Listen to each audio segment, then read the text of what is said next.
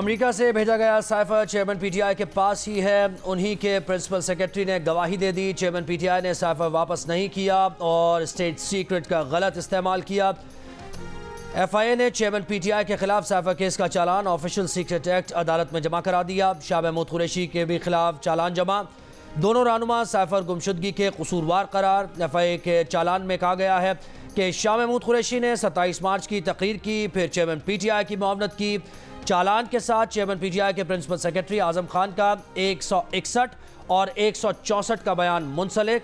27 मार्च की तकरीरों का ट्रांसक्रिप्ट भी चालान का हिस्सा। साइफर वजारत खारजा से वज़ीर आज़म तक पहुँचने की पूरी चेन गवाहों में शामिल। इनमें सेक्रेटरी खारजा असद मजीद, साबिका सेक्रेटरी खारजा सुहेल महमूद, एडिशनल सेक्रेटरी खारजा फैसल नियाज तिरमिज़ी भी शामिल। ज़राए का कहना है कि असद उमर का नाम एफआईए की लिस्ट में शामिल नहीं। चालान में एफआईए ने मुल्जिमान को ट्रायल के बाद सजा देने की इस्तदा भी की है।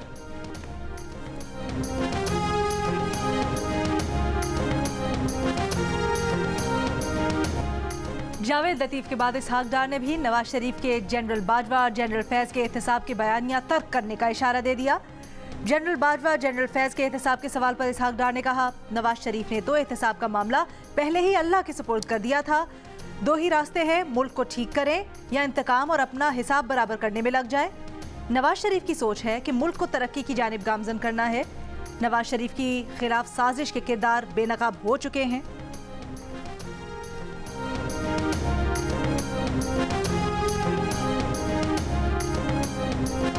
हमारे ऊपर शायद ये फर्ज कर दिया गया है या फर्ज किया जा रहा है कि हम अब जब भी बात करेंगे तो उनके नाम जरूर लेंगे और वो जुमला जो है वो जरूर दोहराएंगे, वरना उसके बाद उसके बगैर हमारा कोई बयानिया नहीं है, उसके बगैर हमारा कोई मौक़िफ़ नहीं है। हालांकि हमारा मौक़िफ़ जो है या हमारा बयानिया जो है उस तक महदूद नहीं है। उन्होंने 18 सितंबर के इजलास में कोई बयानिया, कोई लाइन नहीं ली। उन्होंने एक जो है वो एक रस्मी जो है वो बात की है वहाँ पे, जिस तरह से इजलास में की जाती है। नवाज शरीफ ने 18 सितंबर के इजलास में कोई बयानिया लाइन नहीं ली, रस्मी बात की है। इजलास हो रहे हैं, इलेक्शन के लिए पार्टी मंशूर पर बात हो रही है। नून लीग के राना सनाउल्लाह की नया पाकिस्तान में गुफ्तगू। ये भी बताया कि नवाज शरीफ के इस्तकबाल के दिन कारकुनों की मॉनिटरिंग होगी। इस अमल के लिए ऐप तैयार की है। सिस्टम से मालूम होगा कि कारकुनों को लाने के लिए किसने कितनी मेहनत की है। बोले हर एमएनए और एमपीए को 500 कारकुन लाने का हदफ दिया है।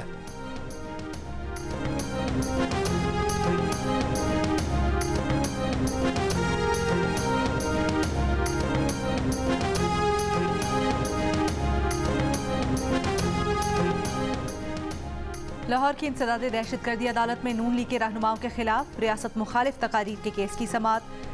मियां जावेद लतीफ, मरियम औरंगजेब पेश नहीं हुए। अदालत ने दोनों रहनुमाओं को तलबी के नोटिस दोबारा जारी कर दिए।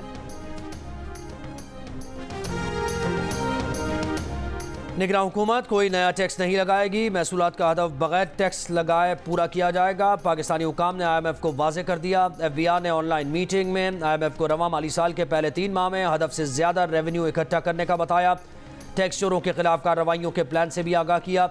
ज़राए के मुताबिक अक्टूबर के पहले हफ्ते में मुआशी कारकर्दगी और जुलाई तक सितंबर तक महसूलात का मज़ीद डेटा शेयर किया जाएगा। दावा किया कि IMF ने FBR की कारकर्दगी पर मुकम्मल इत्मीनान का इजहार किया। मस्तूंग में ईद मिलादुन्नबी के जुलूस पर खुदकुश हमले के बाद बलोचिस्तान भर में सोग की फजा। धमाके के शदीद जख्मियों को कराची मुंतकिल करने का फैसला। क्वेटा के मुख्तलिफ अस्पतालों में जेर इलाज मुतअद्दिद जख्मियों की हालत तशवीशनाक। धमाके का मुकदमा नामालूम हमलावरों के खिलाफ दर्ज। CTD ने हमलावर की शनाख्त के लिए नादरा से रब्ता कर लिया। हमलावर के आज़ाद DNA के लिए भिजवाए जा रहे हैं। धमाके की जगह की जियो फेंसिंग भी करवाई जा रही है। अब तक कोई गिरफ्तारी अमल में नहीं आई। IG बलोचिस्तान के मुताबिक धमाके में 6 से 8 किलो धमाका खेज मवाद इस्तेमाल किया गया। खुदकुश हमलावर ने 12 रबीउल अव्वल के जुलूस के आगाज़ में ही उसमें दाखिल होने की कोशिश की। शहीद DSP नवाज गिशकोरी ने हमलावर को रोका तो उसने खुद को उड़ा लिया। मस्तूंग में गुज़श्ता रोज़ हुए खुदकुश धमाके में 52 अफराद जाम बहक, 66 जख्मी हो गए थे। शहदा में DSP नवाज गिशकोरी और मस्जिद के खतीब भी शामिल।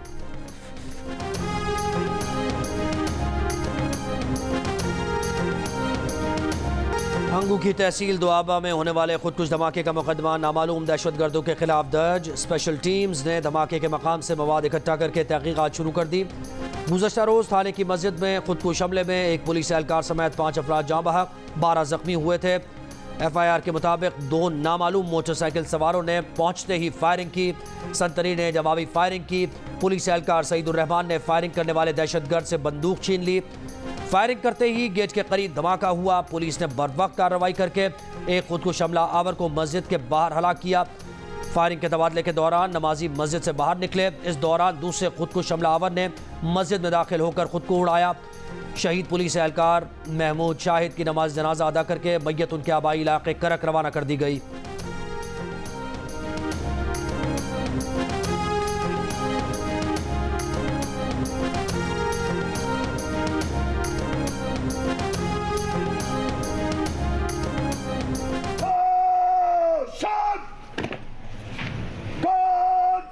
शहीद सलामी देगी, शहीद सलाम सलाम।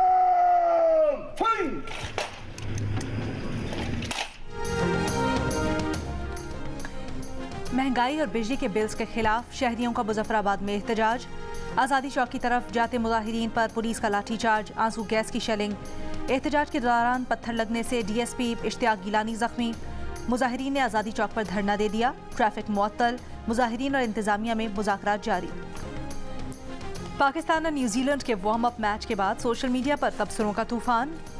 शायकीन ने पाकिस्तानी बॉलिंग ट्रायो नसीम, शाहीन और हारिस रऊफ की तस्वीर शेयर करते हुए लिखा, हमारा बॉलिंग अटैक इन 3 के बगैर अधूरा है। एक सारिफ ने मिडल ओवर्स की बॉलिंग पर काम करने का मशवरा दिया। किसी ने सलाह देते हुए कहा, फ़खर और अब्दुल्ला शफी को ओपन करवाएं और साउथ शकील से बॉलिंग करवा कर देखें। तो किसी ने उम्मीद जाहिर की कि आप पाकिस्तानी बॉलिंग अगले मैच में देखेंगे, ये तो अभी वार्म अप मैच था। एक सारिफ ने न्यूजीलैंड की तारीफ करते हुए कहा कि न्यूजीलैंड ने वर्ल्ड कप की बेहतरीन तैयारी पाकिस्तान को हरा कर शुरू कर दी है। पाकिस्तानी बॉलर्स खुसूसन शाहीन अफरीदी को सख्त मेहनत की ज़रूरत है। सिक्योरिटी फोर्सेस का काटलिंग मर्दान में खुफिया इतला पर ऑपरेशन। हाई वैल्यू टारगेट दहशतगर्दों का सरगना फैसल मारा गया। असलहा और गोला बारूद बरामद। ISPR के मुताबिक दहशतगर्द रिंग लीडर फैसल कानून नाफिज करने वाले इदारों को इंतहाई मतलूब था। पारा चनार में सिक्योरिटी फोर्सेस का दहशतगर्दों के साथ एक और मुकाबला हुआ। लांस नायक गैरत खान शहीद। खैबर पख्तूनख्वा में इंतहाई मतलूब दहशतगर्दों की दूसरी फहरिस्त जारी। लकी मरवत से ताल्लुक़ रखने वाले दहशतगर्द हबीबुल्लाह के सर की कीमत 50 लाख, जबकि बनू के दहशतगर्द कमांडर मौलवी नेमतुल्लाह के सर की कीमत 40 लाख मुकर्रर। CCD की जानिब से जारी फहरिस्त में 30 दहशतगर्दों के नाम और तस्वीर शामिल। दहशतगर्दों का ताल्लुक बनू, लकी मरवत, DI खान और दीगर अजला से है। CCD की फहरिस्त में शामिल दहशतगर्दों की गिरफ्तारी में अवाम से मदद की अपील। सानहा जड़ावाला के बाद मुनक़ता मसीही तालिब इल्मों की तालीमी सरगर्मियाँ एक बार फिर बहाल हो गईं। बच्चे दोबारा स्कूलों में आ गए। असातिज़ा और साथी तालिब इल्म मसीही बच्चों की तालीमी नुकसान का अजाला करने के साथ साथ सानहे की तल्ख़ यादें मिटाने के लिए कोशां। जड़ावाला में 16 अगस्त को हुजूम ने गुस्ताखी का इल्ज़ाम लगाकर मसीही आबादियों को निशाना बनाया था।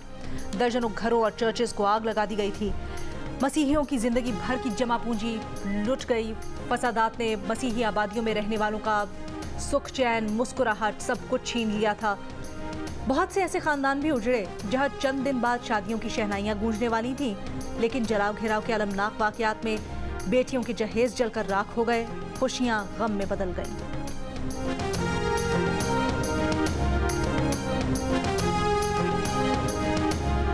इंसाफ हाउस कराची के मालिक ने 10 साल से किराया न मिलने पर कराची में अदालत से रुजू कर लिया। दरखास्त गुजार के वकील ने कहा कि 1000 गज जगह 5 जनवरी 2012 को किराए पर दी गई थी। इंसाफ हाउस का किराया 1 लाख रुपए मुकर्रर किया गया था। PTI रहनुमाओं ने 1 करोड़ 39 लाख रुपए किराए की मद में अदा नहीं किए। इंसाफ हाउस का कब्जा और किराए की रकम दिलवाई जाए। इंसाफ हाउस कराची के दफ्तर का मुआहदा आरिफ अलवी, मरहूम नईम उल हक और साबिक गवर्नर इमरान इस्माइल ने किया था।